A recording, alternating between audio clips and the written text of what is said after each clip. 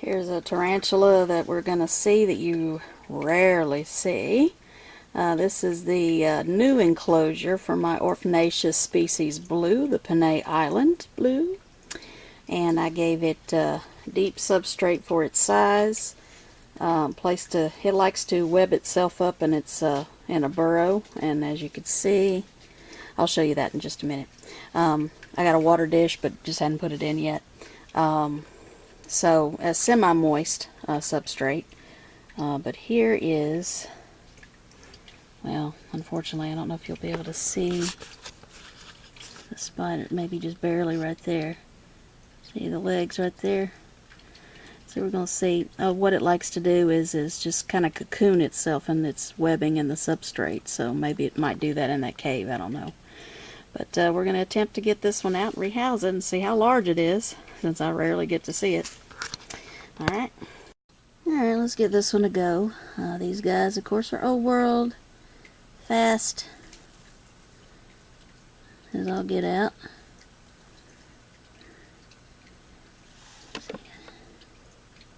See the legs a little bit there. Lighting's not the best in the world because it's way back there. Can only do so much, right?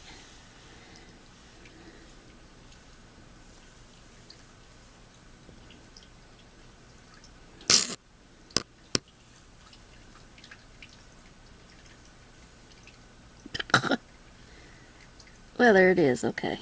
Let's see. Alright. It's like, I know you didn't just disturb me. It just kind of wrapped up itself here. Yeah, oh yeah. There we go. Oh, yes. Gorgeous, gorgeous, gorgeous. Let's see what I'm talking about. It kind of just cocoons itself here in the webbing in the substrate. That's what that likes to do. And so now, way back there,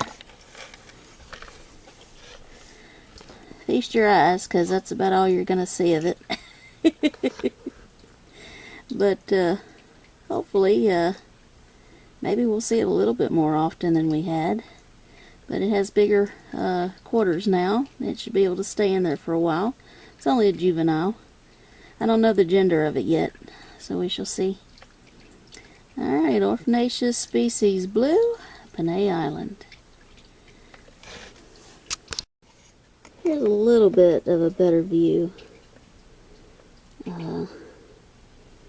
Just wanted you to get a good look at this one, because this is one I don't show in feeding videos because it's always enclosed in its little cocoon thing.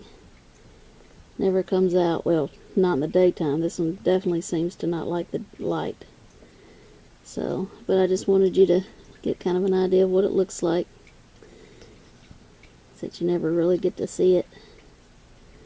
There you go. Alright, we'll move on to something else now. This, my friends, is a tarantula you never see in my collection. This is the Cereopagopus species Sulawesi, the Sulawesi black. You house them very similarly that you do the Lampropelma violacopes. They, old world, nasty bite, get huge. Arboreal, like the Lampropelma. They get to be, what, 10, 11 inches, like really big teas. And they become like all black. Really cool looking teas, let me tell you. But yes, we finally get to see this one. And what I'm doing is, this one's a poop machine. So I had to clean its enclosure. And I'm just going to keep it in that same enclosure. I think it's perfect for it. It likes to burrow itself within its web up against tree bark.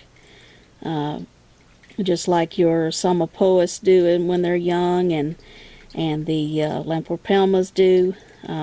They like to make their little hidey spots at the base of trees, but they're also arboreal.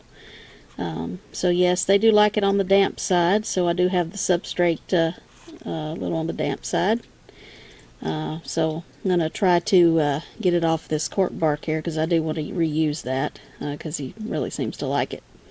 But yes, we finally get to see this one. Feast your eyes, because you won't see it again. Okay, you probably will see it again, but doesn't really want to feed on camera either, so. Alright, this is definitely a pet hole.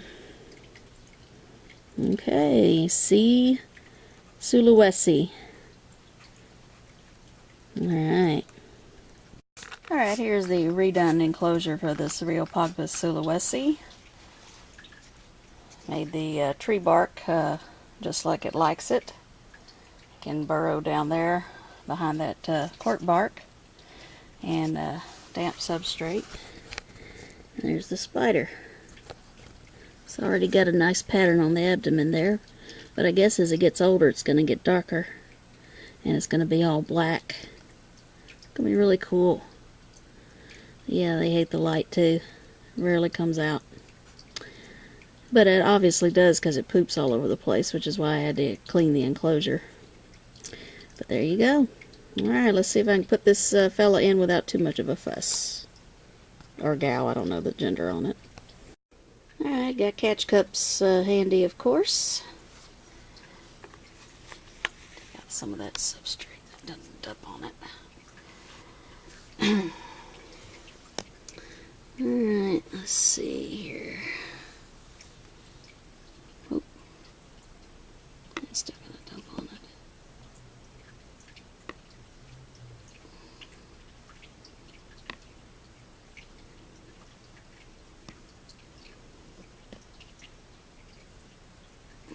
Come on.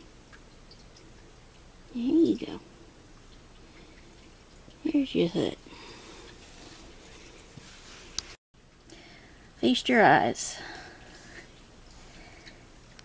Alright. We'll leave this one alone now. I rarely get to see it, so I had to take a few pictures. There we go. Beautiful, huh?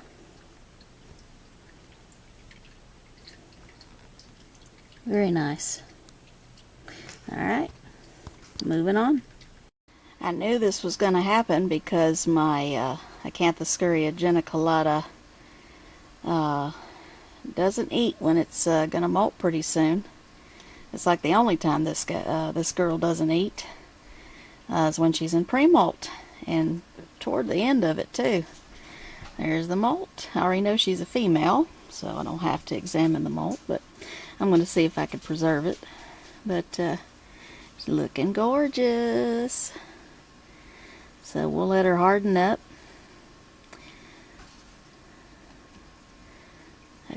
Acanthoscurria geniculata, the giant white knee.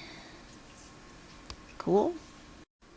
And here's the molt of my Acanthoscurria geniculata.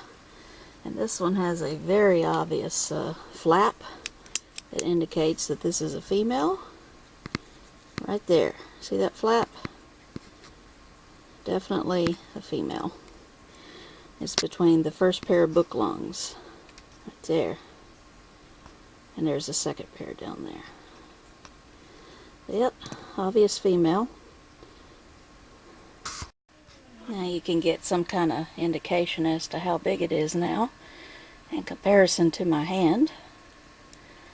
But yeah, these guys get to be huge, like 8 inches or so. So that'll be a real treat. I guess after this last molt, it'll be about halfway there. So we got a little ways to go. Very good. Alright.